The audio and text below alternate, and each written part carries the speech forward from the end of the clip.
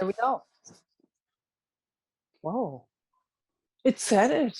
It said it. It's never said it before. No. Okay. Well, that's It new. said Okay. So there. today is May, not April, May 26th. It is a full moon this evening. And we're here once again to, today we're going to talk about therapy. And we have Darrell Mauger, my husband, my partner, here with us today to, he's going to play a song and then he's going to play a song and I'm going to sing a song. And we also have Kate with us, who I need to make co-host. Let's do that right now. There we go. Okay. And I see we have MJ with us. Thank you, MJ, for being here. So I am Margaret Mauger. I am a registered counseling therapist here at the After Trauma Empowerment Network. And I'm joined with Vida Woodward, who is co-host, and she is chairperson of our board of directors. And Kate Matthews, our technical director, is also joining us, of course. She's keeping things smooth. And Darrell is here. So first, as we always do, we'll do the diversity welcome, and then we'll do a check-in with Vida and see how her day of lawn mowing has gone. Okay. So I would like to welcome all women, men, transgender, and other identified individuals here today. I welcome everyone here who is a mother, father, sister, brother, auntie, uncle, cousin, son, daughter, grandmother, or grandfather. Welcome. I welcome people of all races, tribes, and descent. I welcome your bodies, your minds, and your energy. I welcome survivors and those who support them. I welcome all people single, married, partnered, dating, celibate, or involved in whatever sort of relationship is right for you.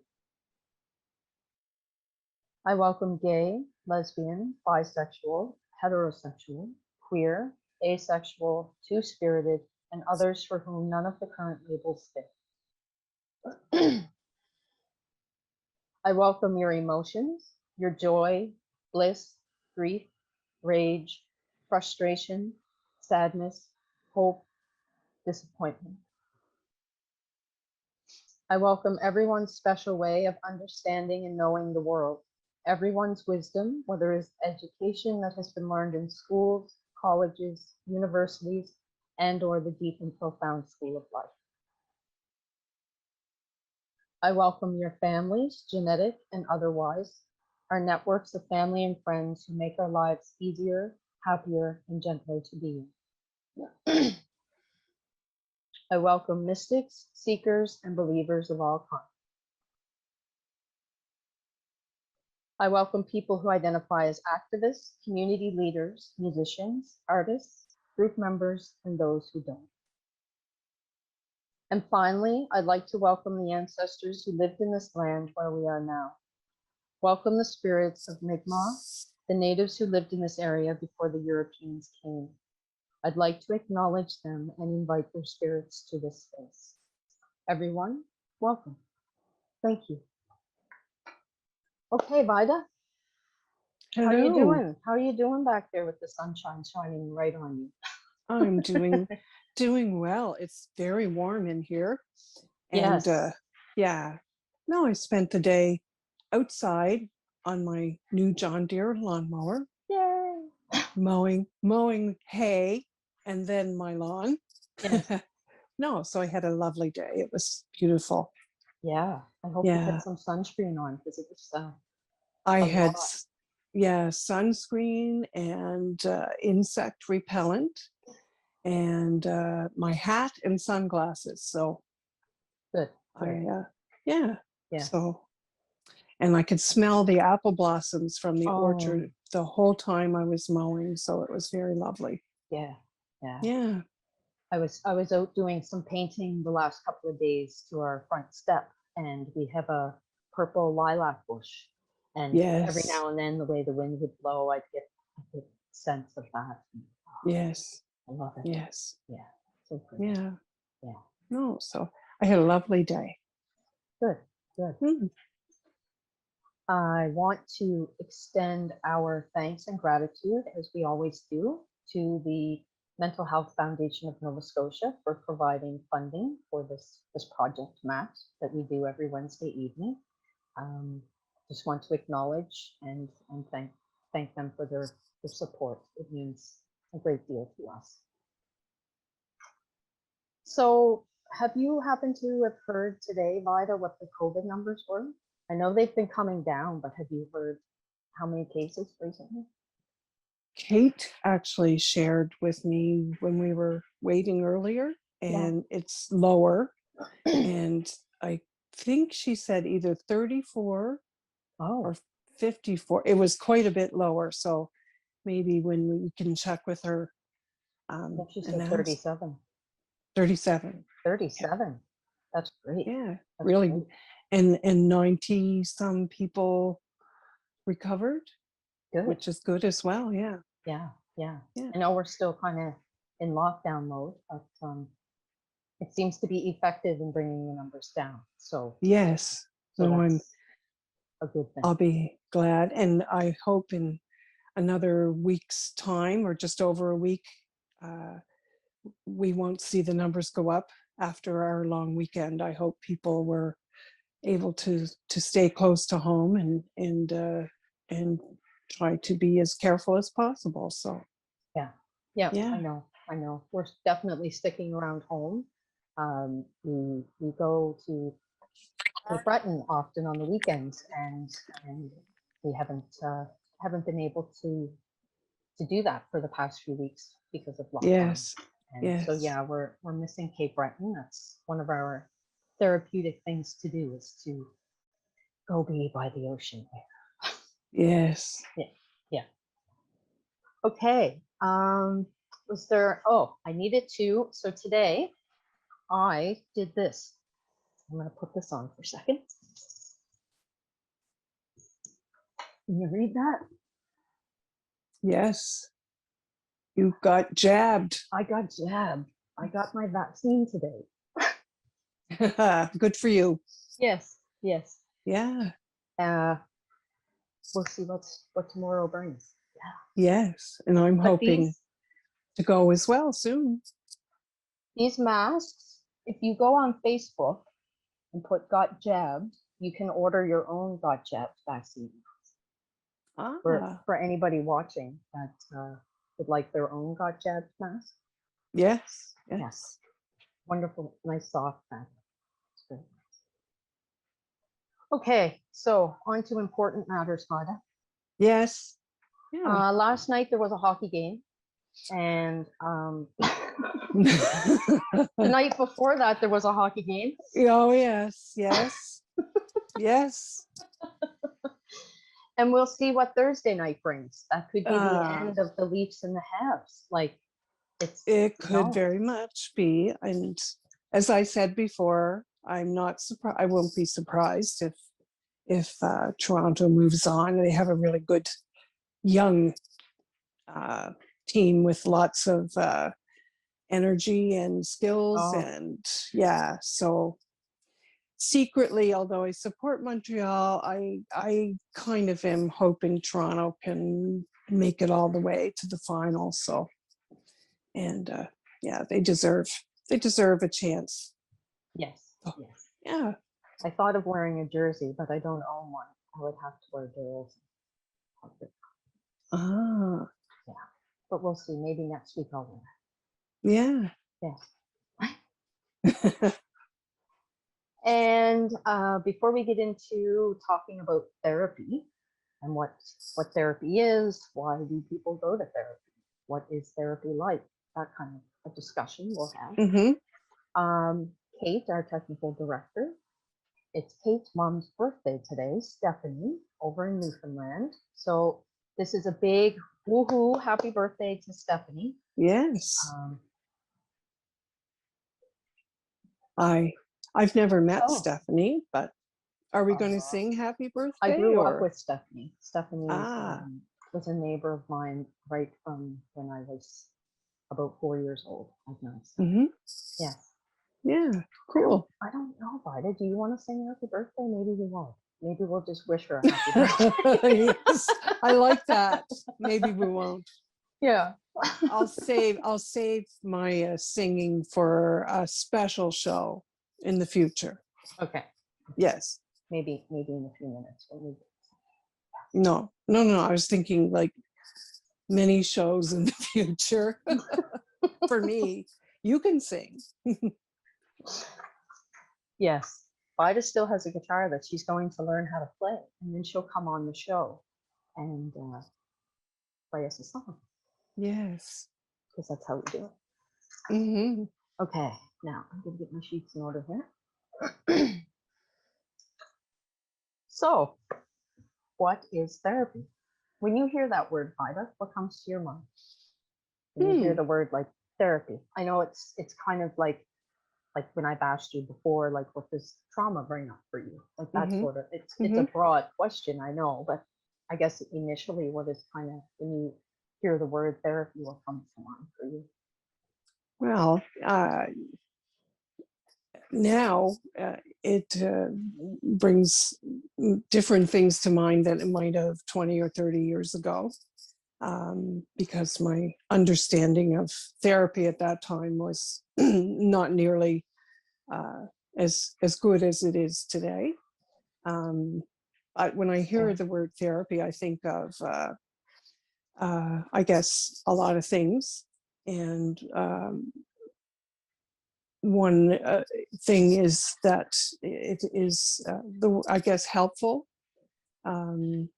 It's a partnership.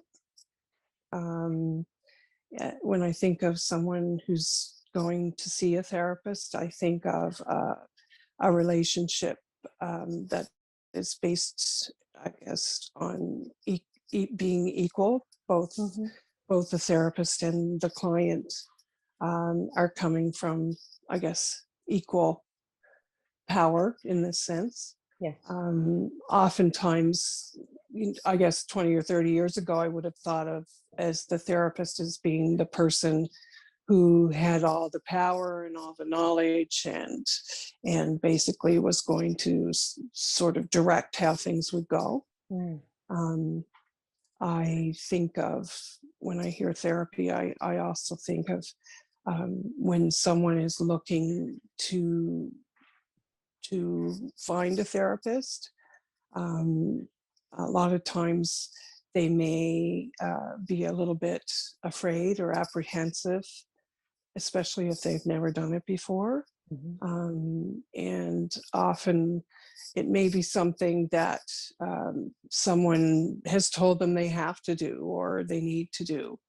And again, going to see a therapist is something that the client or the person should choose to do for themselves.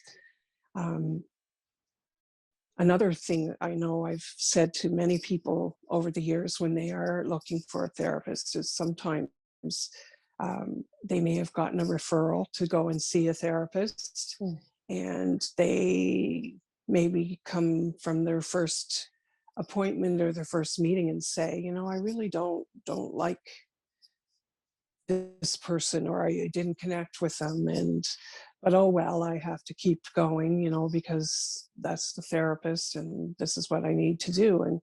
And I think people should know that when you are choosing a therapist, it's important that that person suits you and that you feel a connection, and that that if that relationship isn't working for you, that it's okay to change or to find someone else. And I used to tell people, we spend an awful lot of time sometimes searching for a car. We may go and look at many cars and do lots of test drives and read reviews about the car, and before we choose and make that financial commitment. to buy the car, but sometimes people will feel that they have to go to see that first person and they have to stay there. And really, we should spend just as much time choosing a therapist as we do in choosing a car, and making sure that this is someone that you're going to be able to work with. Absolutely. And it's okay if you don't connect. It's Mhm. not something that you've done wrong or that this therapist has done wrong. It's just you don't connect, and Right. it's okay for that person to want to move on and to maybe try someone else. Yeah. Um, Yeah. yeah. So yeah, there's again a lot of things. I'm sure if I sat here and thought about it, I could come up with all kinds of things. But yeah, those are some things that I think about. Um, and another thing, unfortunately, today is it's often difficult to find a therapist. Mhm. For a lot of people, it may be financially difficult, or it may be difficult in the sense that um, there are not as many therapists available as Yeah. maybe we need, and so wait times can become an issue. And a lot of times, someone may need to talk to a therapist now, not 6 months from now, not a year from now. Yeah. And yeah, Yeah. so I know. I mm, know. You said a lot of really important stuff.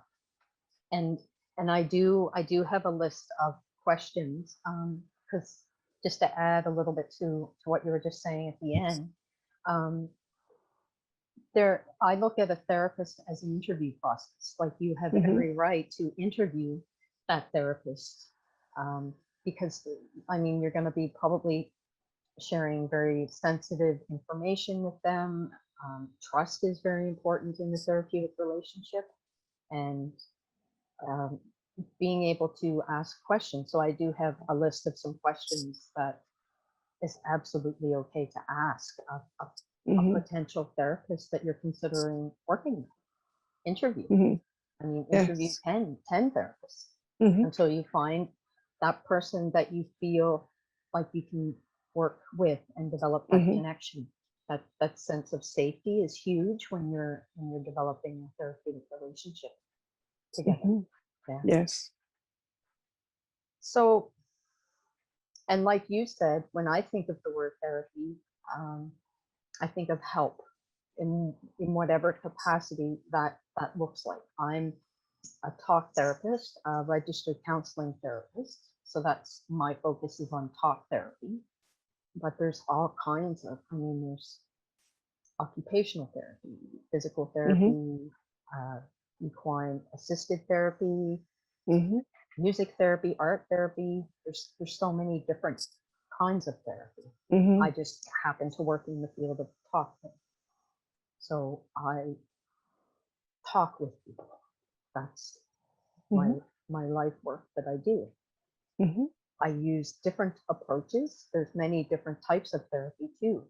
And when you were talking about how, you might go and meet a therapist and kind of walk away from that appointment or that session kind of feeling like, yeah, I'm not really sure how I'm feeling about this particular mhm, person and working with that person. Um, Sometimes a, a therapist may have a favorite therapeutic approach that they use that might not work well with you. It just might mhm, not jive, and that's okay. It's it's no fault of yours or the therapist. It's just mhm. not everybody is going to connect all the time. That's unreasonable No, to think that. yeah, Yeah, and there are good therapists out there.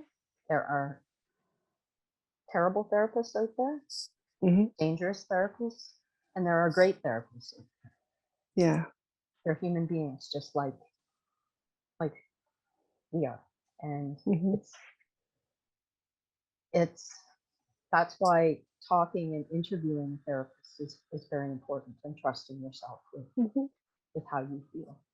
yeah. I think another thing that I would encourage people to do too is to get references Mhm. when they're looking for a therapist. Um, talk to people maybe who've used that therapist, or other professionals who know the therapist, and just kind of find out that way, sort of what other people think about that therapist, and whether or not they worked or didn't work. And again, it goes back to doing your homework, and really making sure that you do your best to Yeah. try and find someone who will be able to work with you. Yeah. And Yeah. I welcome questions. Yes. I welcome that, because Yeah. if somebody is not, I mean, if they're questioning something or not feeling safe, or they're just wondering about my approach, or how we set goals and move forward, that's all relevant, important Hmm. stuff to be asked. Yeah. So I'm just wondering, I have this is an article that was in Forbes about 2014, I believe. Hmm. It's called 11 Intriguing Reasons to Give Talk Therapy a Try. And I thought all of these points, when I read through this, I thought these are all so valid. So I just thought that we could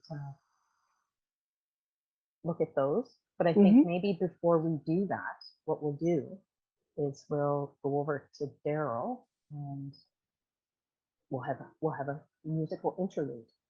Mm. So what I'm going to have to do here, because I haven't done this before, so I'm asking for patience and understanding from our audience. Thank you for being here. We need to, I'm going to get rid of my camera for a minute.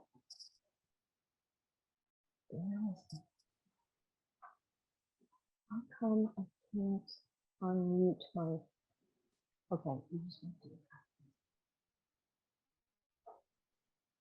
Okay, can you turn your ask to start video? Ask to unmute.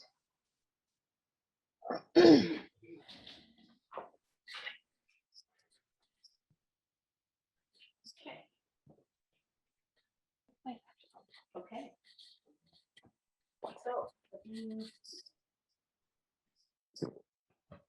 So dear, do you have any input on therapy talk? I can relate to choosing the right therapist. I've seen a few, and I've very fond memories of some, and found them very helpful, and others I had good talks with, but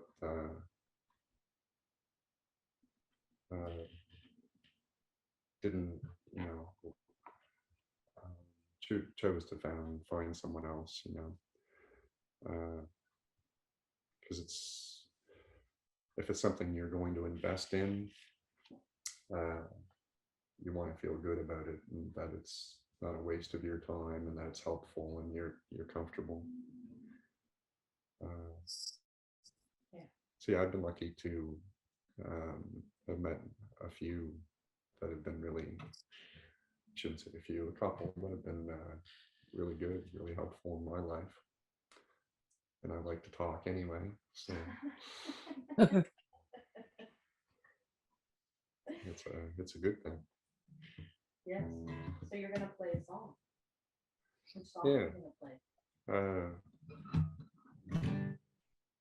I think I'll do When My Angel Gets the Blues, Matt Anderson.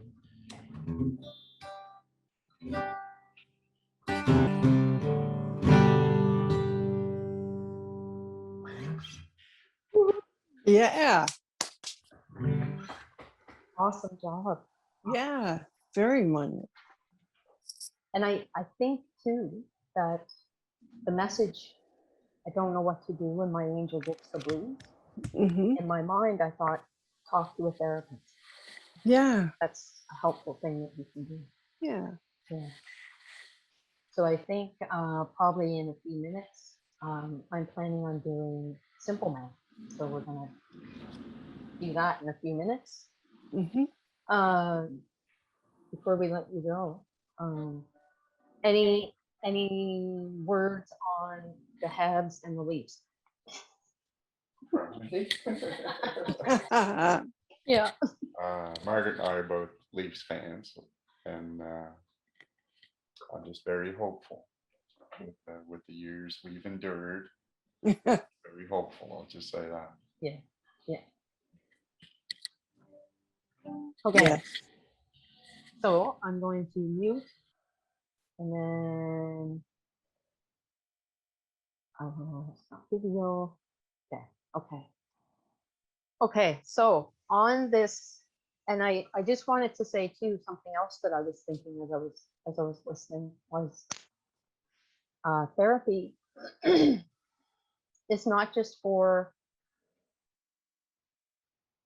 when a person is experiencing, let's say, depression, anxiety, a mental health issue. It could be eating disorders.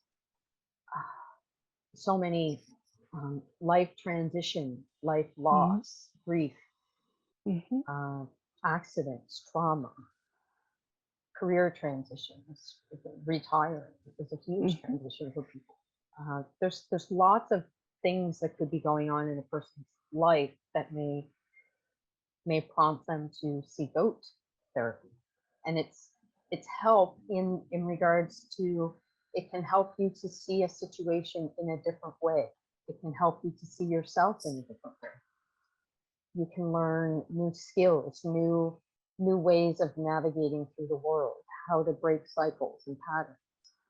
And what I was going to say is, it's not just the individual that's affected with a mental health issue. It's all the people in that unit are also affected. And therapy is for anyone who is affected. I mean, when you love and care for somebody and they're struggling with depression or an anxiety disorder or trauma symptoms, you want to do everything you can to help that person. And no one can fix someone else. Not even a therapist can do that. That's not what a therapist does. But that powerlessness or helplessness to be able to help somebody that you love and care for, that can wear on you. And that's why it's important that if you find you're in a situation like that, being able to reach out to a therapist and just get some non-judgmental support is very helpful. Yeah. Yeah. So number one on this 11 intriguing reasons is therapy's effects persist over the long haul. So the skills that you learn in therapy, you can carry those through the rest of your life. Like when you learn like cognitive behavioral skills or techniques of being able to not catastrophize things or magnify things or minimize things. When you learn those skills, those are now part of who you are and how you carry yourself through the world. So they're with you now, permanent. And that's a good thing. It's not like you learn a skill in therapy and then you forget it when you're done. In therapy, most of the work done in therapy is done outside of the session. The client does all the work. And I've had so many clients thank me for helping them. And it's like, I remind them that they're the ones who put in the effort, who did the work, because it is them. They do. They show up for the appointments, they engage, they ask questions, they learn, they practice new things, they try out new skills. Like, that's the work involved in therapy. I mean, there is some work when you do have a therapy session. You may talk about things that are uncomfortable. You may talk about things that you've never shared with anybody ever in your life. I spoke with a man this morning in his mid-40s who shared some details about sexual abuse he experienced when he was a young boy, and he's been carrying this 35 years and has never told anybody these details. So yeah, therapy can be for anybody who finds themselves struggling day to day in their life. Yeah. And I think that there's still some stigma out there in our world regarding therapy or getting help, mental health help, or just living and functioning help. Um, it I, I like to believe that we are improving, that some of the stigma has declined. I mean, when I think back to the 70s when I was a child, it, it just you didn't talk about that. you know, you didn't talk about mental health. It just case of bad nerves was Hmm. I remember the language that I heard growing up, and now I mean it's more on people's radar. Mental health. It's not so socially inappropriate to bring up mental health, and I mean it's like it's almost it's okay. Like when you see someone and you ask them how they're doing, I like to think it's okay to say how's your mental health, Hmm. because I mean they're all so connected together. Your physical, your mental, your spiritual, emotional self. It's all connected. Okay, I got to keep on track, Vida, because we usually run out of time and we don't get to go through all the Yes. papers. Okay. I was thinking, Margaret, as you're Yes. talking too, that oftentimes men and women are seen differently. It's more common for women to be able to go and talk to someone, or it's expected that that's what women will do, whereas men sometimes feel that pressure to keep things to themselves and to be able to handle it on their own.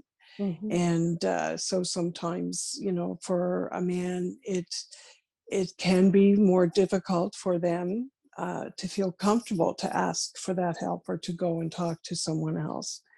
And even though they will benefit as much as women do from doing that, that sort of societal pressure on them maybe not to do it is still there.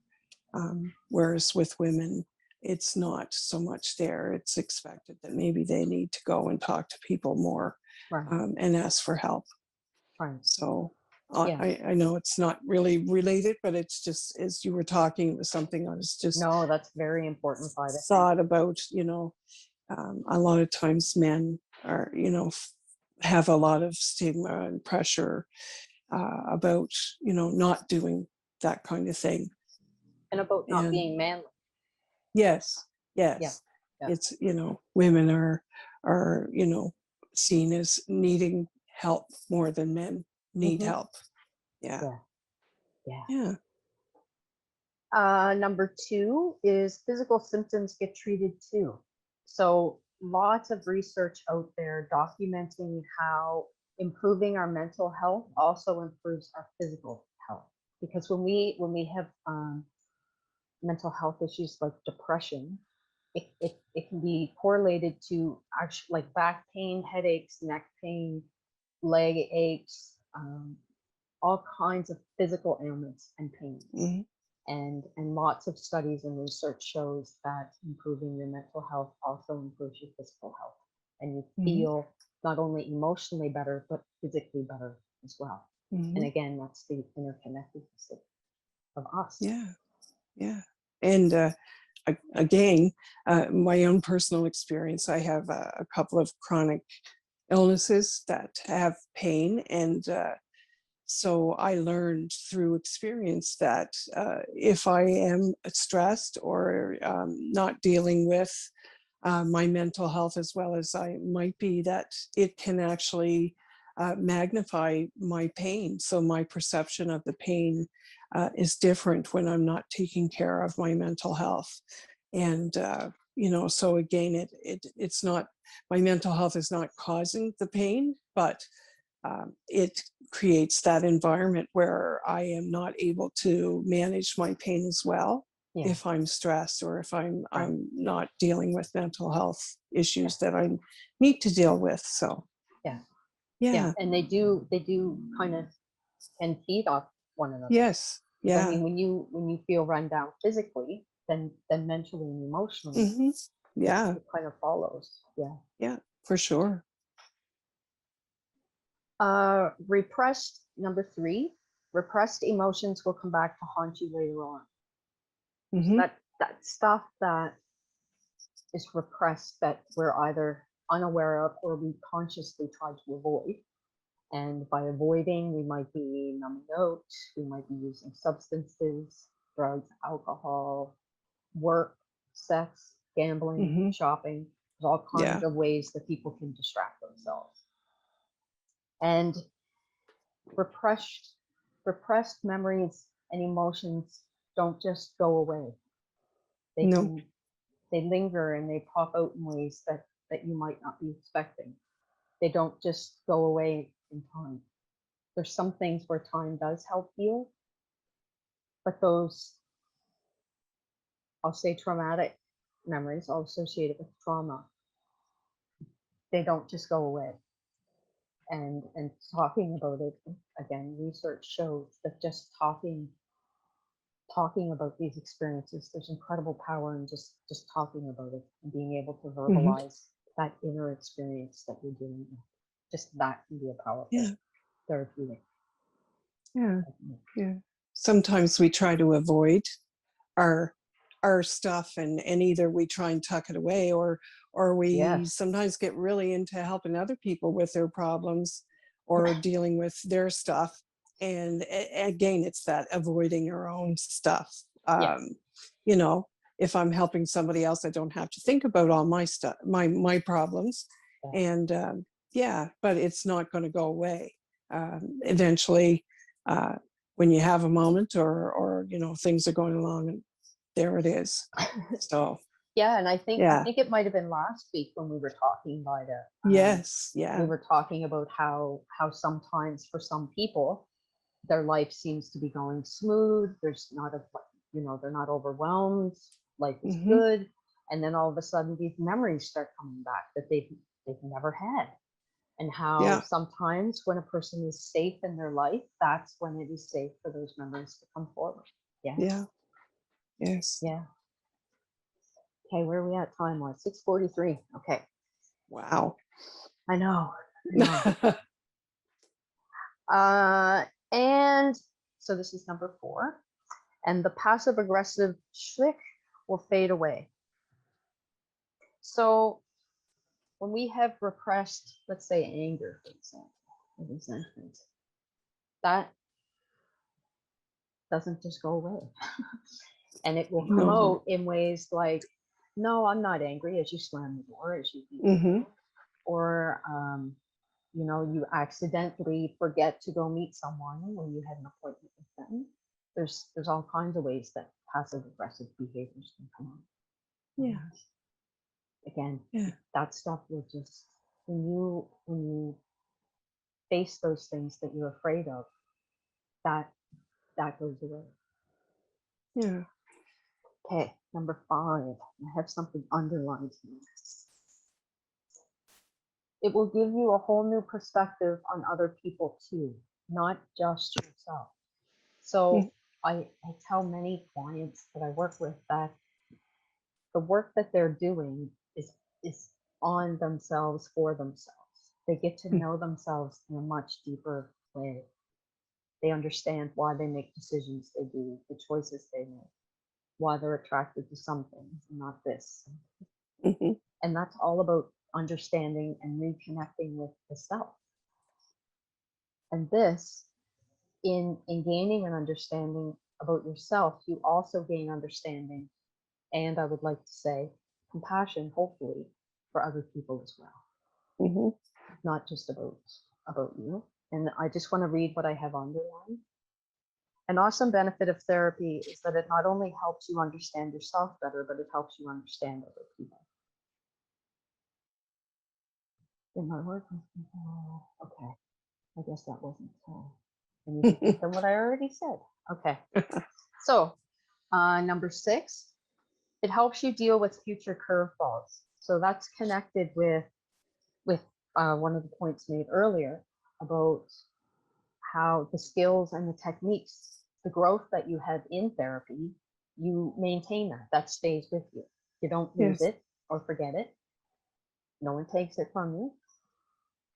So it gives you the ability to better handle future life stresses, because it's going to happen.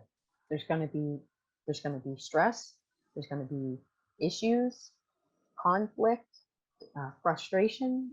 All of this is part of the human experience that we all as human beings experience. And being able to handle that without letting it overwhelm you or disconnecting you from yourself. Mm-hmm. Those skills that you learn in therapy, they help you to better handle future stress and future crisis. Yeah. If that happens. Number 7 is talking about things gives them shape. So the more you write, the more you know what you are trying to say. It clarifies your thinking. Similarly with talking and with talk therapy, one becomes more aware of what one is making one feel anxious, sad, angry, or frustrated. And then one is freer to decide how to manage these feelings or take action to alleviate them. So, especially mental health and emotional health, we don't necessarily see those things. We experience them, we feel those states. Being able to talk and express, whether you're expressing it verbally or through art or through music, being able to express the things that are bothering you, that are overwhelming you, gives them shape in that they're not so big. They're more manageable when you're able to say, I feel anxious when, rather than saying, I'm just anxious all the time. Yeah. That feels overwhelming. And it's just more helpful to identify what specific situations or triggers, what is it that you feel? Mm-hmm. And are you feeling anxious, or are you feeling apprehensive? Are you feeling overwhelmed? And being able to learn how to identify what it is you're feeling, either than good or bad. Some clients, they have a good day or a bad day. And until they learn a new vocabulary and that self-awareness, where they're able to say, you know what, I'm frustrated today. I'm just frustrated. Mm-hmm. And then being able to say what they're frustrated about. That's far more manageable than I'm having a bad day. That's very limited. Okay. Number 8. When you talk to someone, you know you're not alone. Often we feel so alone when we struggle with those unpleasant parts of living, of life. Mm-hmm. Sadness and grief, pain and hurt and loss. And I mean, you can't watch too much of the news, because that's not going to motivate you to do a whole lot. Mm-hmm. And we're not alone, but yet we feel so alone when we're going through these things. And being able to sit with a person who is not going to judge you, who is not going to belittle or put you down or insult you, someone that you feel somewhat like you can trust and you can share, Mm-hmm. that helps to relieve some of that feeling of isolation and I'm all alone. Nobody knows what, and I mean, everybody's experience is their own. But I mean, being able to connect with you, Vida, in regards to grief, like we've both Mm-hmm. experienced loss in our life, as Yes. everybody, because loss is a part of life. I don't know exactly how grief feels for you. I Mm-hmm. know how grief feels for me, and we can connect on that level. And in that way, we know that we're not alone. And that's one of the helpful things about talk therapy. Okay, this stuff is pretty cool. Number Mhm. 9, it will actually rewire your brain. Like that to me is, oh, and I think what we'll do sometime, Violet, is we'll just do a whole session on talking about the neuroplasticity of the brain, Mhm. and maybe we'll even get Kate. Yes. We won't tell her yet, but We won't. We'll secretly put no. a camera up, and we'll Yeah. just get her doing her talking thing. I mean, she gets into Yes. her academic mode, and we'll just let her go. And Yeah. she knows all the fancy lingo for the parts of the brain that I don't. Yes. Yeah. So, yes.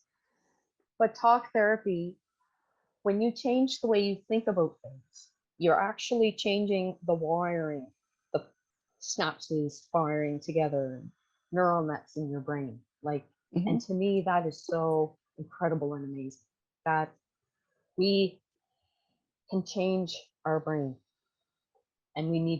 we need to do a whole session just on that fact. Yeah. Because to me, that just is amazing. Yes. And we won't run out of time. Okay. No. Number 10, almost to the end. You won't have to self-medicate anymore. Mhm. And I kind of already mentioned some of the ways that people do self-medicate. That could be drugs, alcohol, sex, gambling, shopping, work. Work is a big one. And our society definitely rewards those who are workaholics. Which Mhm. is, but those are all ways that people look to avoid Mhm. facing whatever. They lose themselves in those things. And there's a difference between losing yourself in those things and losing yourself into what they call flow. And that's just being present in the moment and just being fully present. It's quite Yeah. that's quite incredible too. Okay, number 11 is it enables you to teach the next generation a new way. So, and it's not just the next generation, it's the people around you in your life right now as well. When you talk to someone, when you go to therapy, you're, whether you know it or not, you're setting an example for those around you. And people will Yes. notice. People will notice slight changes in you. Mhm. Like I notice when a client comes in and they sit up a little straighter in their chair. And Mhm. that says a lot to me when I see that. Yeah. People will see, they'll notice you setting boundaries or you new words you might use. They might notice your moods are different. So you not only help the next generation by hopefully, getting rid of some of that stigma that we still have and we're still working on Mhm. getting, but you also almost in an indirect way teach others around you as well. Yeah. I think for maybe children or siblings or even yeah, I mentioned earlier about sometimes it's more difficult for men because of Mhm. the pressures for them to ask, to deal with it themselves rather than asking for help. When a parent shows to their children, or a brother or a sister shows to their sibling, or a man shows to another man or a boy, that it's okay to ask for help, Yeah. and it's okay to take time to talk to someone about what's happening. That does sort of create a safer path for others, maybe to make those choices too for themselves, Right. and to know that it's okay Yeah. to do that. And maybe that helps that next person um, choose to talk to someone, makes that choice easier for Yeah. them, and they won't wait so long until it's really a big crisis before they actually Mm-hmm. take that risk. Mm-hmm. Yeah. um, and I guess the other thing about talking to someone, or talking to a therapist, is people will sometimes think that you're weak, you couldn't figure it out for yourself, you have to go and ask Yeah. someone else. And I like to remind people that when you do that, when you ask another person for that help and support, it actually takes more strength and more courage to do that than it does to try and stay quiet and deal with it on your own. It does. And so, when people do take the risk or take that step and say, I need help, it's showing strength and it is showing courage. And it's very brave of people to do that because they have to take that risk.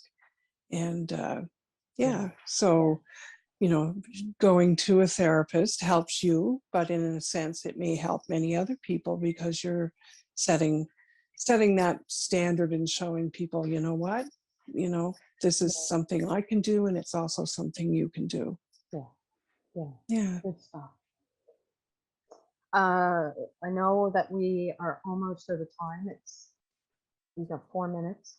I did mention how I had a few questions that I would suggest that are just some standard questions that if you had a session with a therapist, that if you're interviewing one, these are some questions that you could ask. So I just want to make sure that I mention those before we run out. Yes. And I'm still going to do Simple Man and still do the loving kindness meditation. We're just going to go over, and it's okay if our audience, if they need to go at 7, it's okay. Yes. We're the ones. I'm the one going over.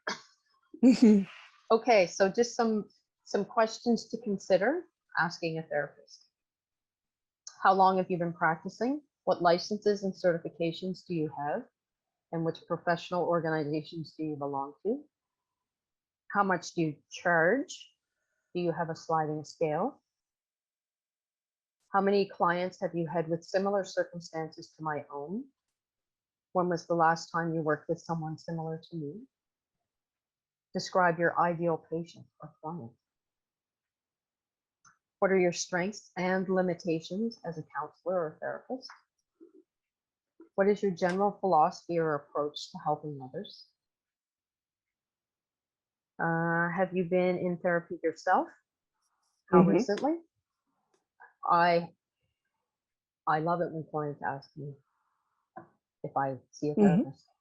I do not, that is not offensive to me. And I'm a huge advocate for everyone needs a therapist. I'm a little biased too, but yes, I have someone that I do check-ins with. I think that's professionally and ethically responsible to do. How often do you seek peer consultation? How often would you anticipate seeing me, and for how long? Like, how long will sessions be? How do you set up counseling goals? How do we work through our goals? What's a typical session like? How long are the sessions? And how do I prepare for my first session? Sometimes first session can take a bit longer than the following sessions, just because usually the first session is a lot of information gathering, a lot of background, physical health issues, family history, childhood stuff, and a lot of information gathering usually during the first session. Yes, so we could go on and on and on. It is 7 o'clock. So what I'm going to do is I'm going to go over where Darrell is. I'm going to mute this so that we can do that sound.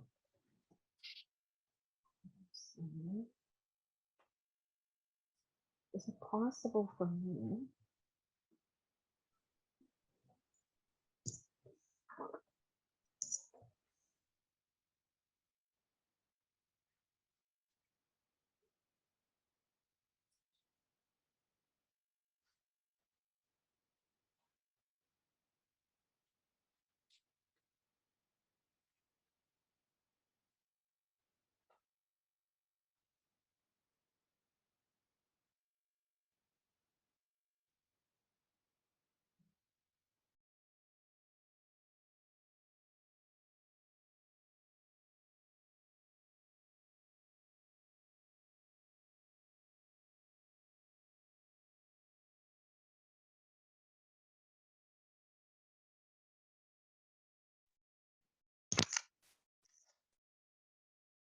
Okay.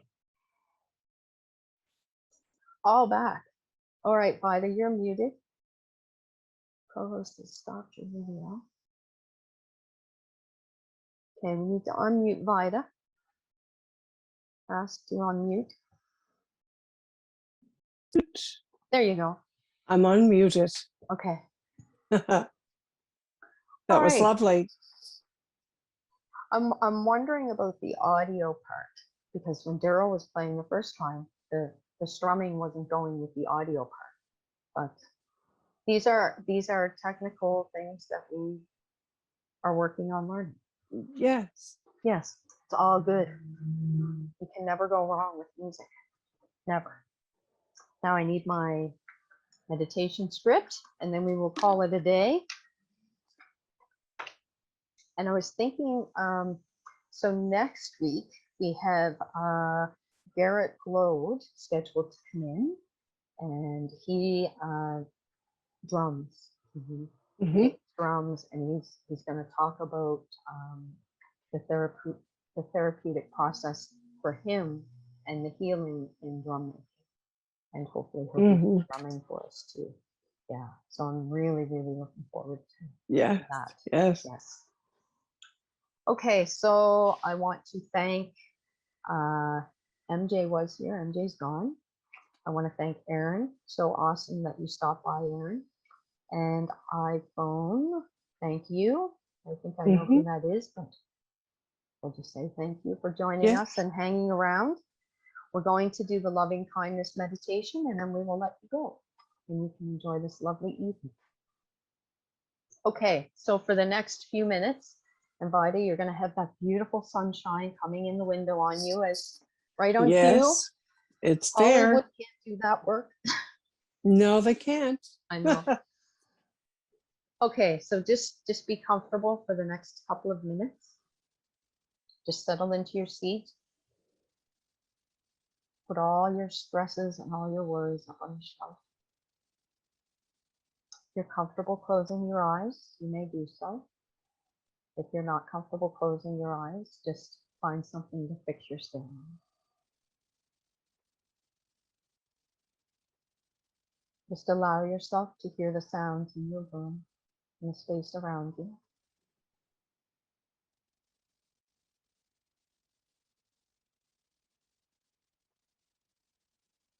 You don't need to control your breathing in any way. You may notice that your breathing may start to slow down. And begin to notice any tension you may be holding on to. And begin to feel any tension start to drain away from you. Drain away from your eyes, your face, through your neck, your shoulders, and down your arm. Feel any tension drain like a liquid down through your body, through your toes.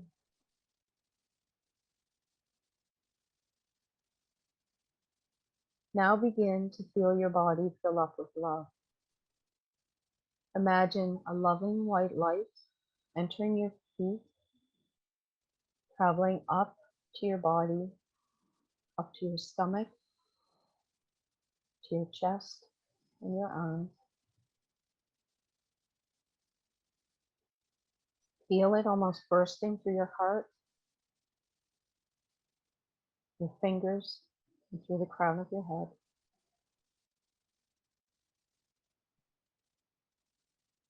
When you feel embraced in that love, silently repeat the following words to yourself.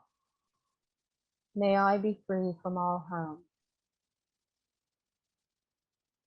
May I be safe and protected. May I be free from all suffering. May I be happy. May I be free from all disease and physical pain. May I be healthy and strong. And may I be able to live in this world happily, peacefully, joyfully, and with ease. Now turn your thoughts to this vast world, the earth with all its living creatures.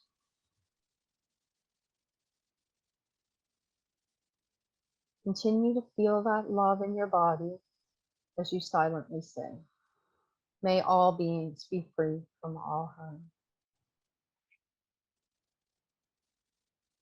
May all beings be safe and protected. May all beings be free from all suffering. May all beings be happy. May all beings be free from all disease and physical pain. May they be happy, healthy, and strong. And may all beings be able to live in this world happily, peacefully, joyfully, and with ease. Send your love as far out around the world as possible. And just imagine that energy traveling through the earth. Continue to feel that love centered around your heart, carrying this feeling with you through the rest of your day. Notice the weight of your feet on the floor, feeling yourself in this present moment. And when you are ready, you may slowly open your eyes.